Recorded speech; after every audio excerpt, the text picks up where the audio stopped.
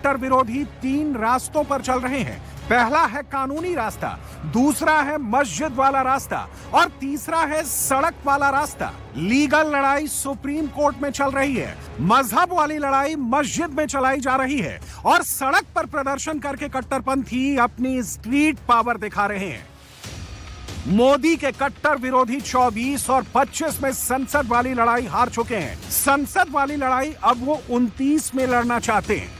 हमने तो पहले से ये बात तय कर ली है और हमने बार बार ये बात कही भी है कि हम तो इस तरीके के वाक़यात के अंदर कानूनी लड़ाई ही को आखिरी सूरत देना चाहते हैं और इसी को हक समझते हैं। बाकी ये कि हम किसी मजमे के अंदर बैठ करके जलसे के अंदर पुरअमन तरीके के ऊपर ये कहें कि हम इसके खिलाफ हैं, ये एहतजाज कोई बुरी चीज़ नहीं है। ये सेकुलर मुल्क के अंदर हमारा हक है, हम इसको कर।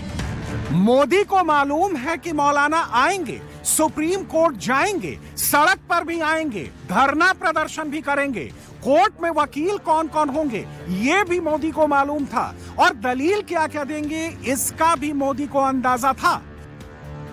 फिर भी मोदी ने रिस्क लिया, तो मोदी ने इससे आगे क्या सोच रखा है? नरेंद्र मोदी ने गरीब मुस्लिम के लिए सबसे बड़ा रिस्क लिया है। जब गरीब से गरीब इंसान की दुआ मिलेगी तो उसकी ताकत अनेक गुना बढ़ जाती है जी। नरेंद्र मोदी वंचित बेसहारा मुसलमानों के हाथ में ताकत देना चाहते हैं।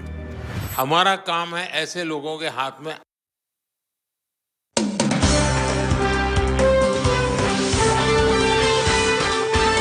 इंडिया टीवी, आपकी आवाज।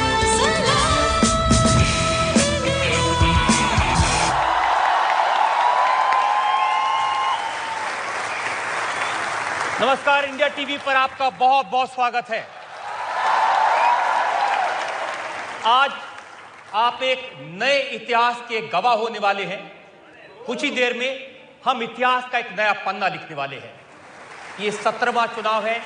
16 लोकसभा इलेक्शन हुए, 15 प्रधानमंत्री हमने देखे, लेकिन पहली बार एक प्रधानमंत्री जनता के सामने आएंगे अपने 5 साल के काम का हिसाब देने।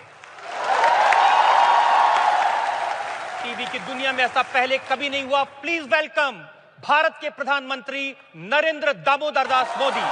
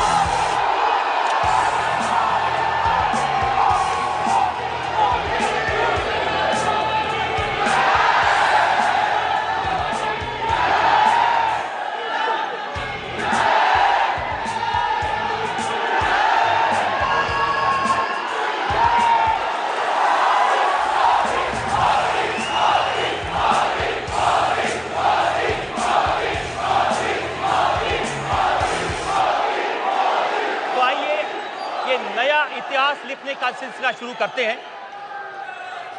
मोदी जी, 5 साल बाद मोबाइल पर फिर से मैसेज आ रहे हैं कि देश की उम्मीदों का नाम है मोदी और दुश्मनों की मौत का पैगाम है मोदी।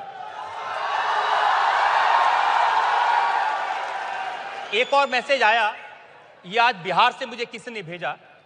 मोदी ने कर दिया ऐलान, कान खोलकर सुन लो इमरान, कहता सारा हिंदुस्तान अब नहीं बचेगा पाकिस्तान। अब एक और मैसेज आपको सुनाता हूं। घर में घुसकर मारा है, कब्र तुम्हारी खोदी है, दिल्ली की गद्दी पर बैठा बाप तुम्हारा मोदी है।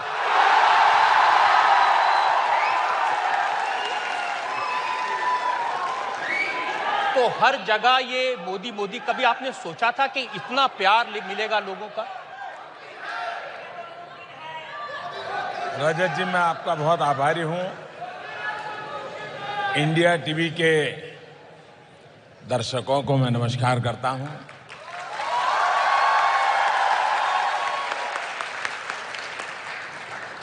चुनाव के 4 चरण हो चुके हैं, 3 बाकी हैं। इस बीच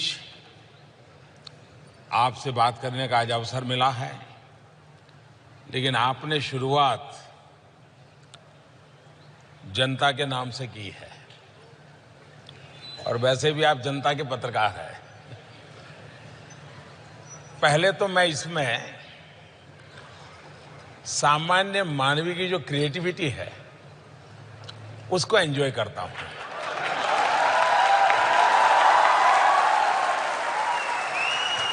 जहां तक मोदी का सवाल है, 2014 में पहली बार, मुझे याद तो नहीं कि इस प्रदेश में मैंने पहली बार ये सुना, लेकिन पहली बार ये शब्द मेरे कान में गूंजने लगे और उसको मीडिया ने भी उठा लिया। और शायद दुनिया के राजनीतिक इतिहास में 2 शब्दों का नारा, 2 अक्षरों का, 2 शब्द भी नहीं, 2 अक्षर नारा बन जाए, ये पॉलिटिकल पंडितों के लिए अध्ययन का विषय है।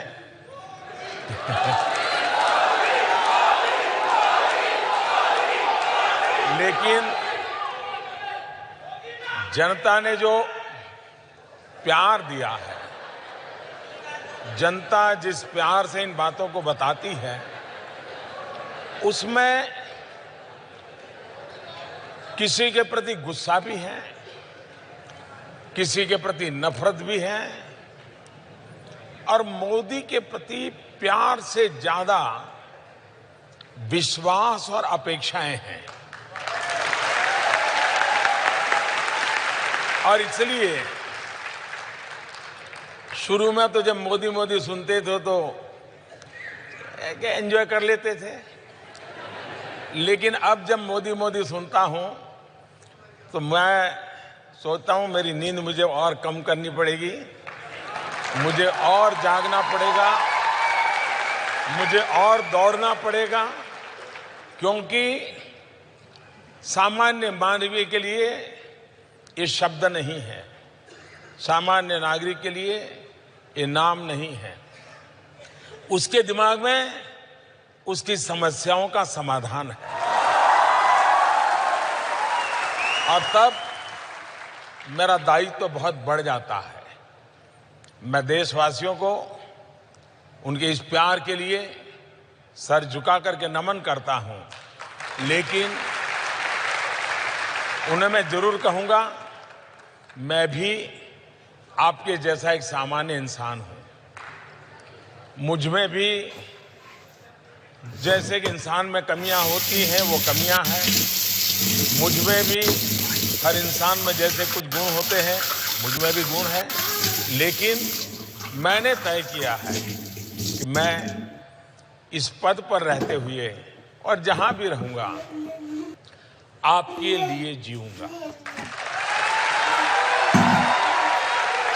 मोदी जी, आप तो विनम्र होकर कह रहे हैं, लेकिन मैंने देखा कि जो विरोधी हैं, अब राहुल गांधी बेंगलोर में सभा कर रहे थे विद्यार्थियों के बीच, वहां भी मोदी मोदी। अब इसके लिए तो हम क्या जवाब दें? इसने मुझे लिखकर भेजा, घर घर मोदी, हर हर मोदी, कान खोलकर सुने विरोधी।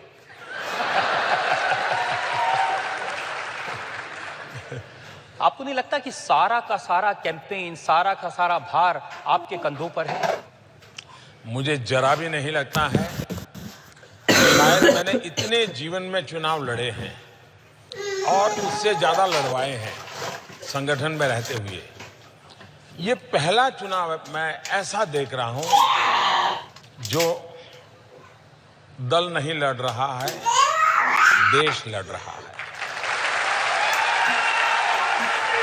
ये पहला चुनाव है जो भारतीय जनता पार्टी का कार्यकर्ता से जनता कई कदम आगे है। शायद ये चुनाव ऐसा है कि मुझे चुनाव के लिए कोई मेहनत नहीं करनी पड़ रही।